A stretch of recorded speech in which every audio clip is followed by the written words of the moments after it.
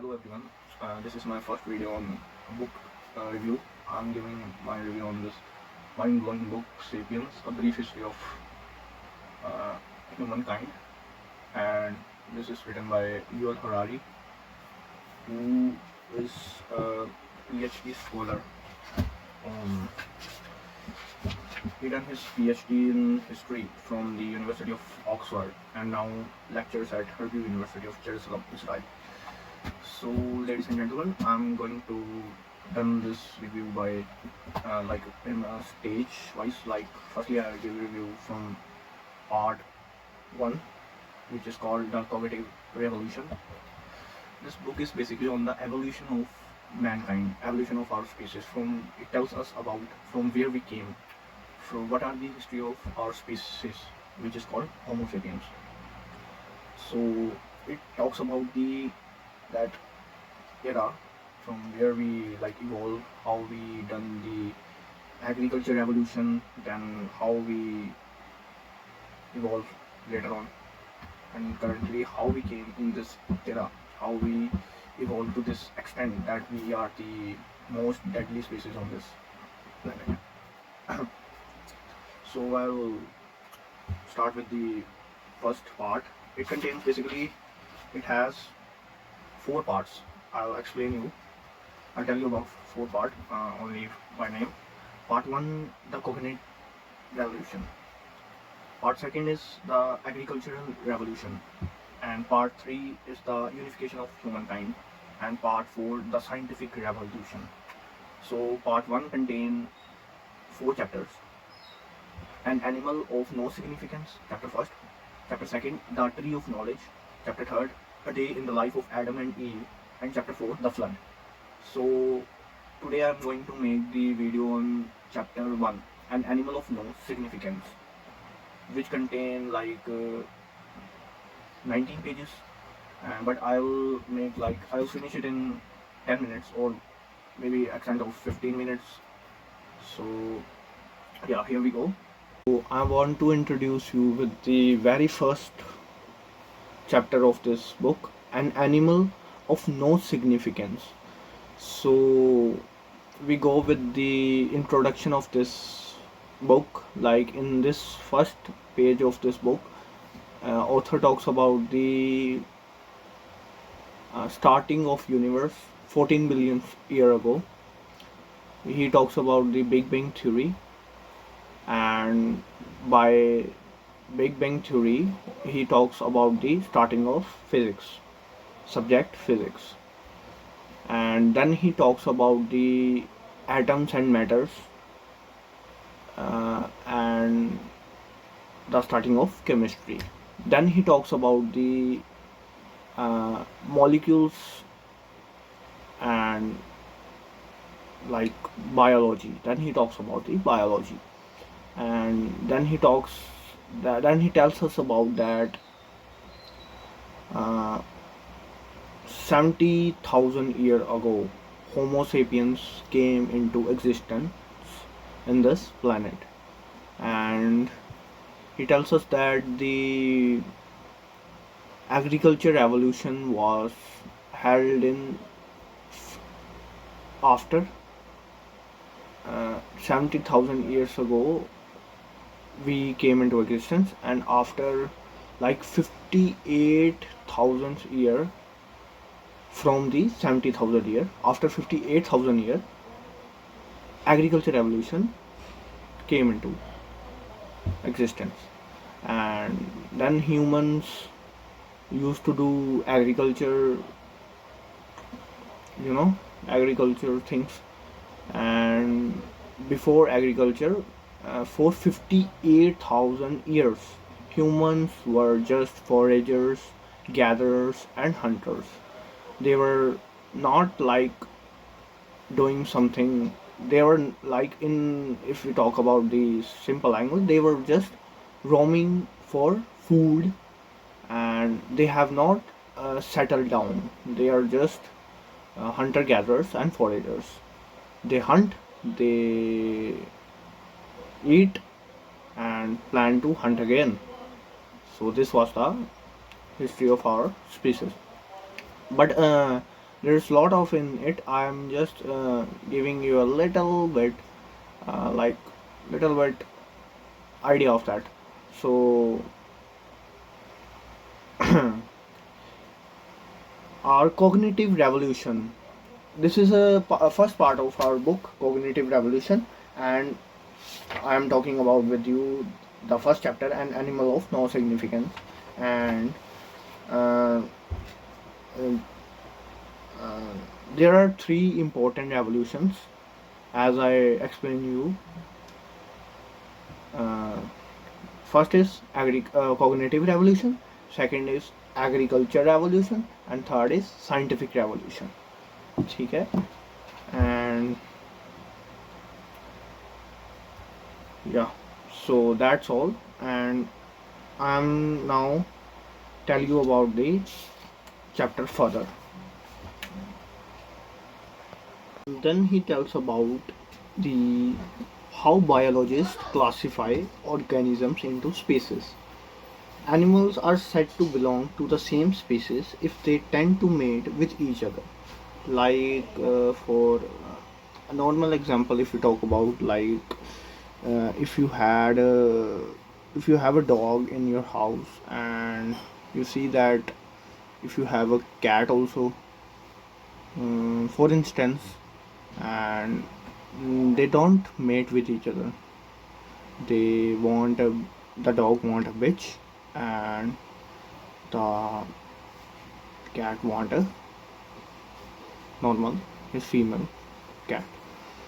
So biologists like see classify animals into species with the with the with seeing the interest of their with seeing mating interest of the animals.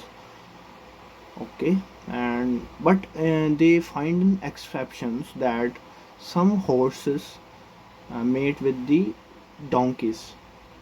So because of that, a new species come into existence, mules.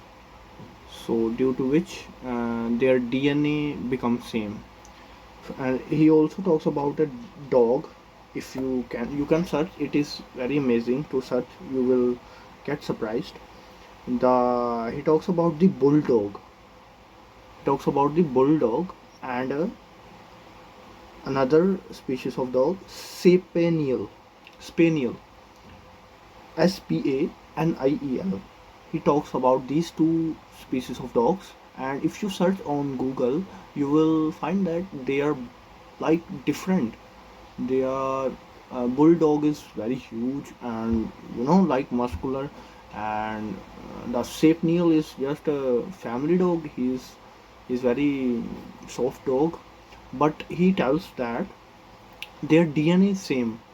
It means if they mate with each other, they will give birth to healthy puppies and not have any problem uh, with their genetic like material. They will be healthy. They can give birth to healthy puppies. So, but it is you see the size of bulldog.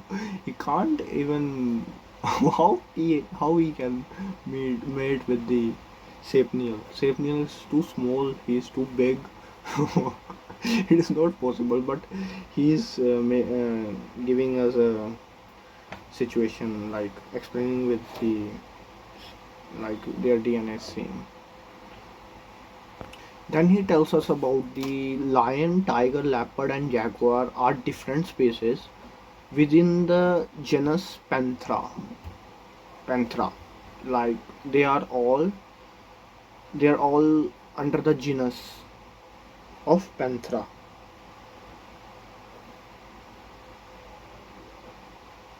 Okay, so the lion is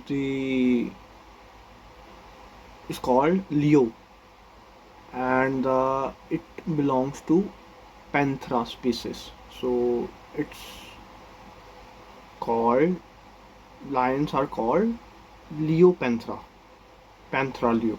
Leopanthera or Panthera Leo. For example, we are called Homo sapiens. Sapiens means wise and Homo means man. We are wise men.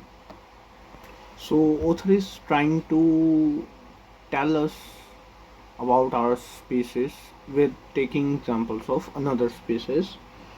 He is telling that genera in their turn are grouped into families such as cats, lions, cheetah, house cats. The dogs are, are from the species of wolves, fox, jackals, and the elephants are mammoth, mastodons.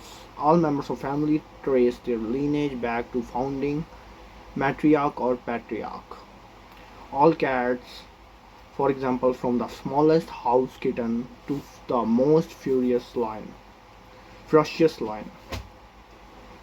share a common feline ancestor who lived 25 million years ago. So, author tells us that Homo sapiens previously assumed that they are not like other animals. They are like an orphan who has no family, no cousins, and most importantly, no parents. But that's not the case. Like it or not, we are members of a large and particular noisy family called the Great Apes. And he tells our nearest uh, relatives include chimpanzees, gorillas, and orangutans. The chimpanzees are the closest. So, chimpanzees are our closest relatives. He tells that 6 million years ago, a single female ape, a single female ape had two daughters. One became the ancestor of chimpanzees, and one is our own grandmother. Okay. Then he talks about the various species and various types of another species. He tells us the story that uh, we are not the only child of that grandmother, but we have had our brother and sisters also that was killed by us, and because of uh, survival we had to kill them.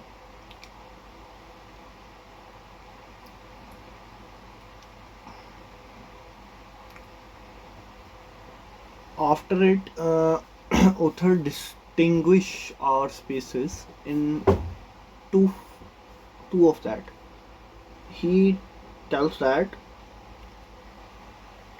the the sapiens which live in southern Africa were called Australopithecus. Okay, but then after uh, 5,000 years ago, 5,000 year ago, they moved to the northern.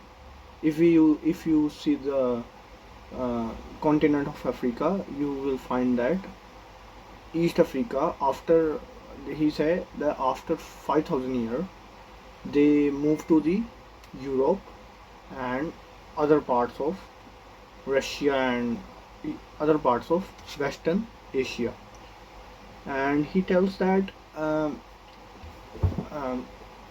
at that time of the climate of that time was very cold in the areas of Europe and Russia, and it is hard for them to survive there because they were habituate to like live in warm areas. So they distinguish the sapiens that are living in Europe areas. They call he called them Neanderthals, Homo Neanderthals. So here, author distribute our species in two more parts. First is Homo sapiens, and second is Homo Neanderthals. Homo Neanderthals. Okay, Homo Neanderthals are who that live in Europe and Russia. It tells that Homo Neanderthals were more bulkier and more muscular than us, sapiens.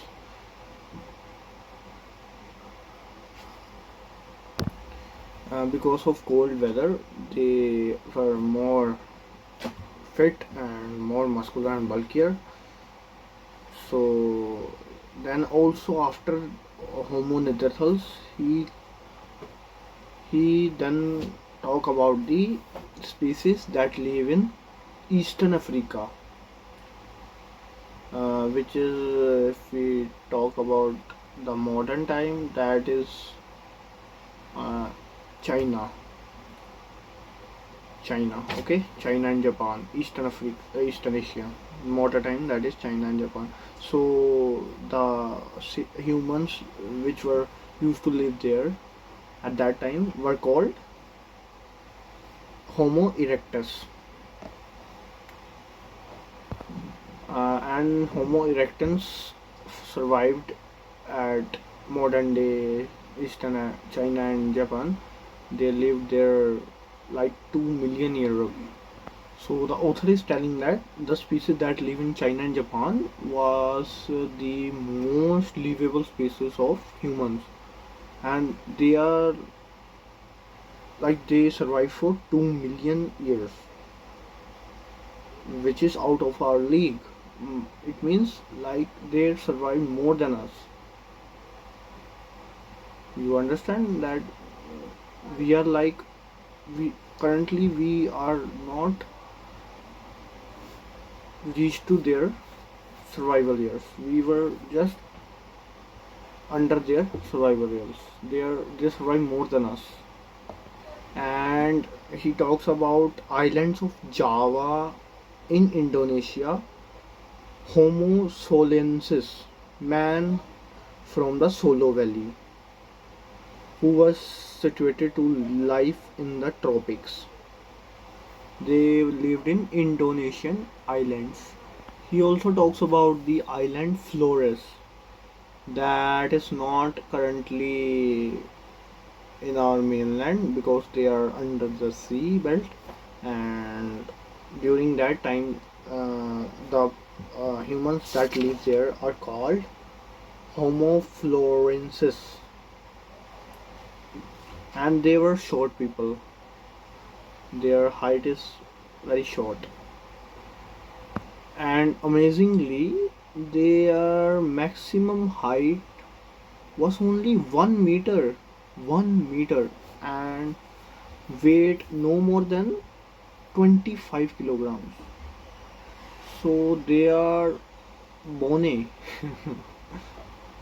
So basically, author tells us about that many of our relative species, like like for example, if we talk about dogs, okay, dogs, we know the different species, breeds of dogs: Labrador, Pomeranian, German Shepherd, Pit Bull.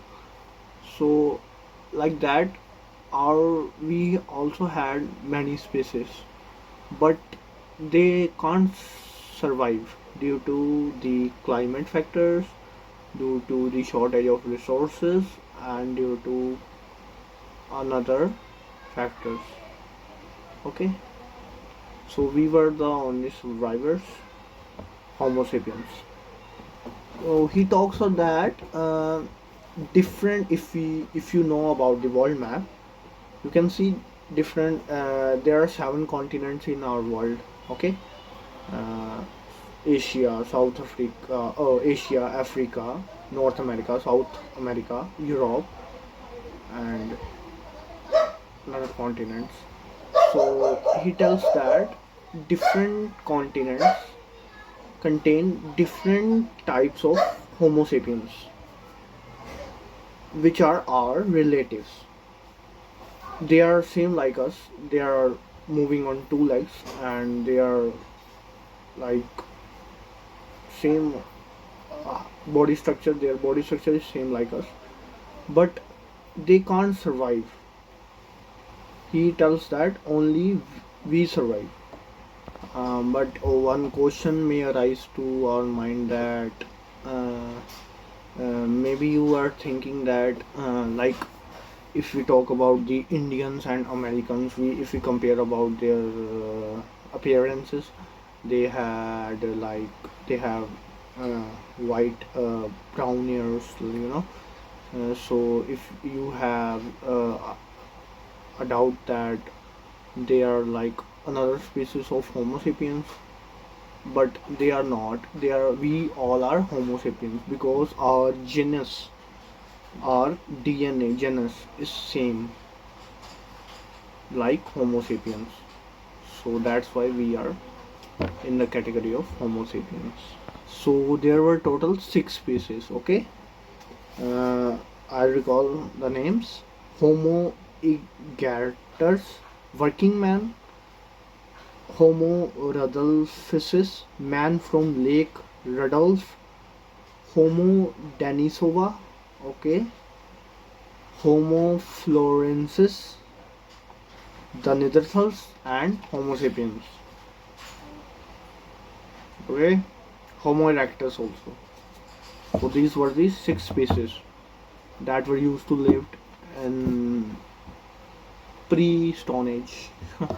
So in second page, author talks about the where our species flourish firstly on this planet. Author tells us that East Africa, Homo sapiens first flourished at East Africa, and he tells that like the name of first chapter tells and depicts that an animal of no significance. He tells that at that time when humans were like Homo sapiens were uh, flourishing in East Africa, they were like other animals, like their fellow baboons, chimpanzees, and elephants. They were like them. They were just doing their animalistic things, like they were just eating food, doing sex, and giving birth to offsprings, and they are just like that. And then he tells that.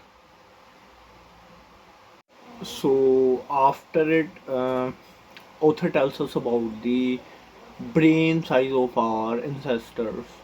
He tells that at that time our ancestor brain size was 600 cubic centimeter. As compared to now, uh, our brain size is between 1200 to 1400 cubic centimeter. So the question arises that how can an author like they tells about the brain size of a being that was living in on our planet like uh, millions years ago. uh, the answer to that question is that they find the skeletons. Okay, so because of the structure of the skeleton, they find that the brain size would be like this size. Okay, so they also tells us that the Neanderthals brain size is bigger than us at that time also. So after that, author tells that uh, human brain is 2 to 3% of our body's total and consumes 1/4 energy of our body. It means 25% of energy of our body is consumed by our brain. And then author compares the brain size of other animals with us, and he also mentions that the size of brain does not matter, because if that's so, the other mammal species like elephants may be much smarter than us, and it's not work like that. He said that it's the neurons and the and the structures of neurons that affects the fastness of our brain. And he also tells that during the evolution, when we were just learning to walk on two legs, and the problem arises that our with our ancestors, um, mainly with females who are tends to give birth to the offsprings, their infants death rate was high because it gives the reason that they are uh, because when they are like learning to stand in two legs, their size of their hips become narrower, due to which offsprings have to suffer.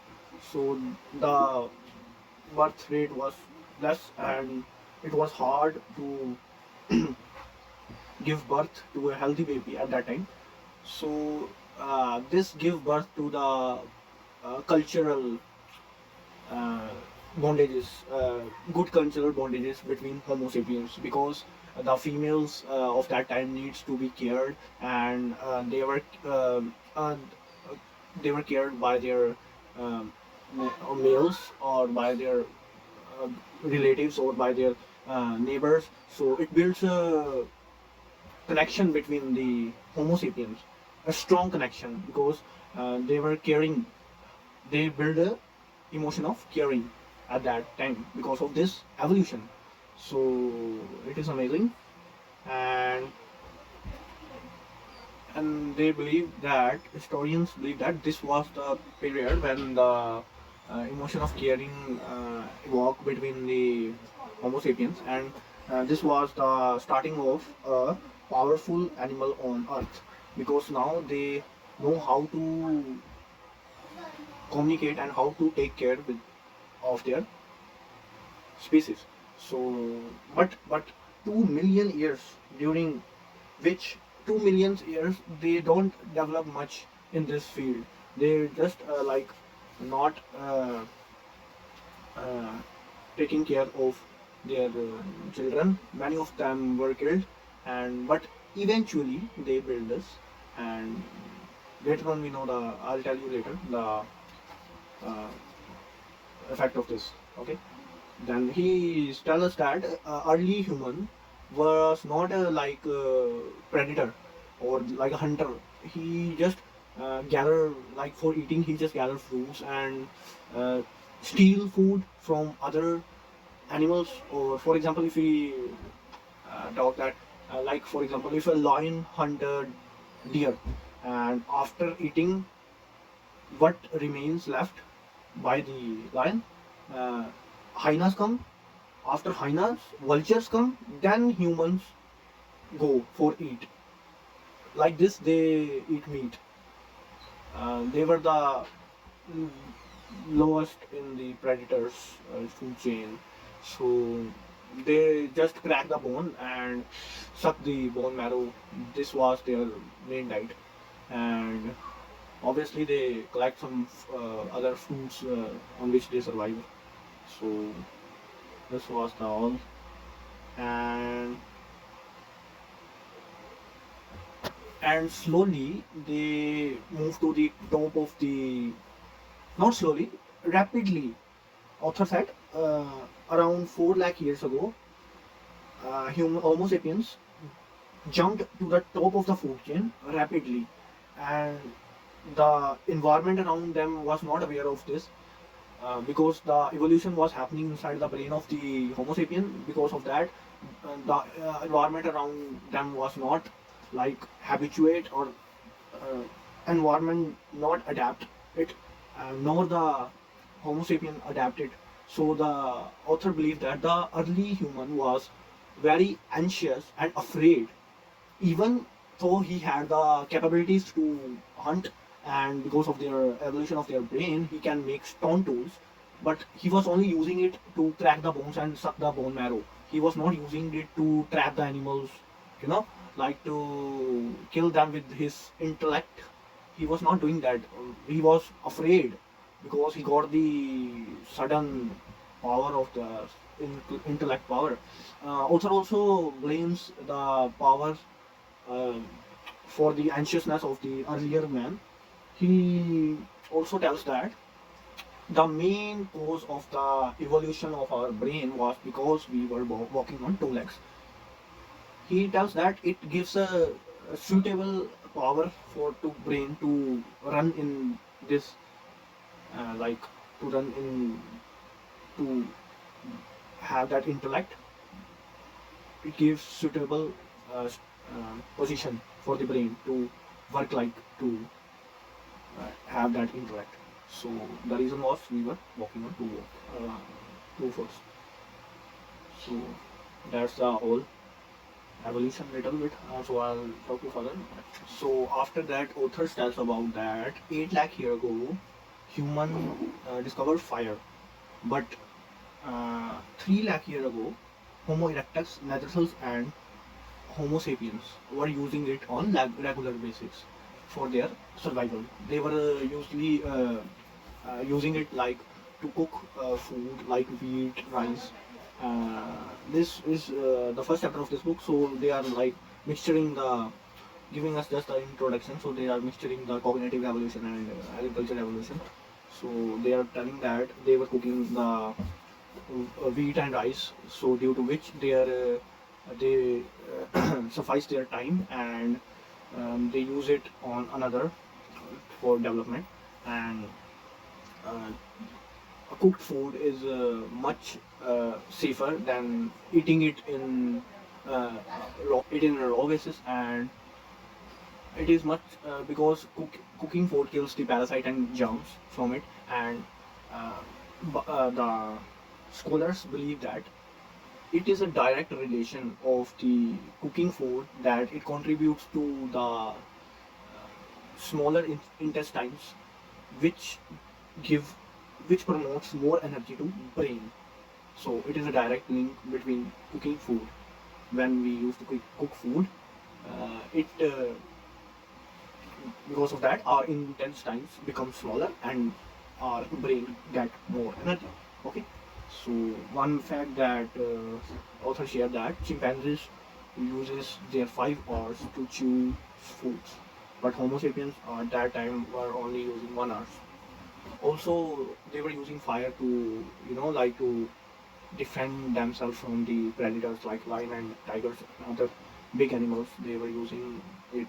What they used to do, like they were building their, for example, their village were covered with the fences of the wood, and so they were using mashals, torch in various directions of their uh, surroundings.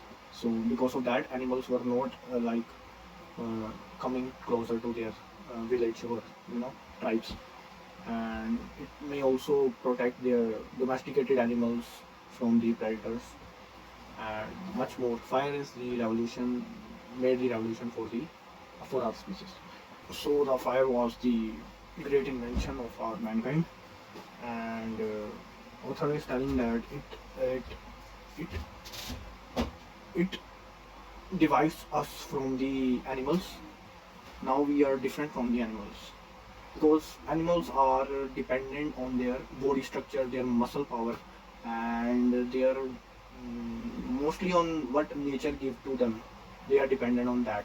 But we found the fire, and author is telling that we are now up from the other animals.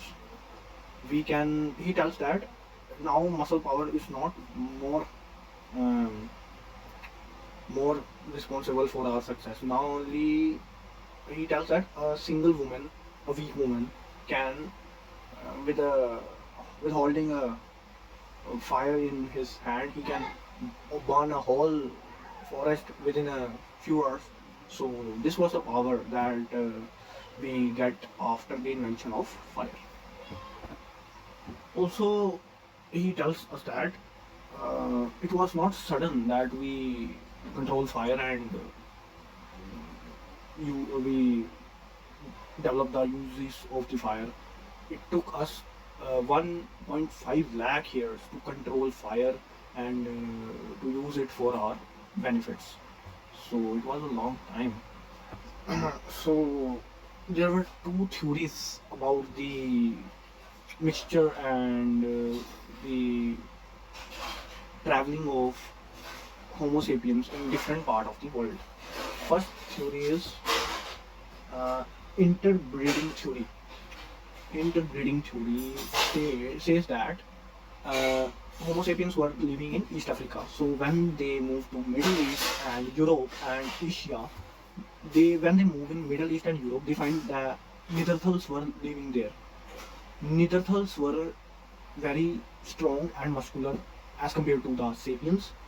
So theory states that they breed with them and produce offsprings, and uh, it spreads further on. And when they move to the Chinese civilization, they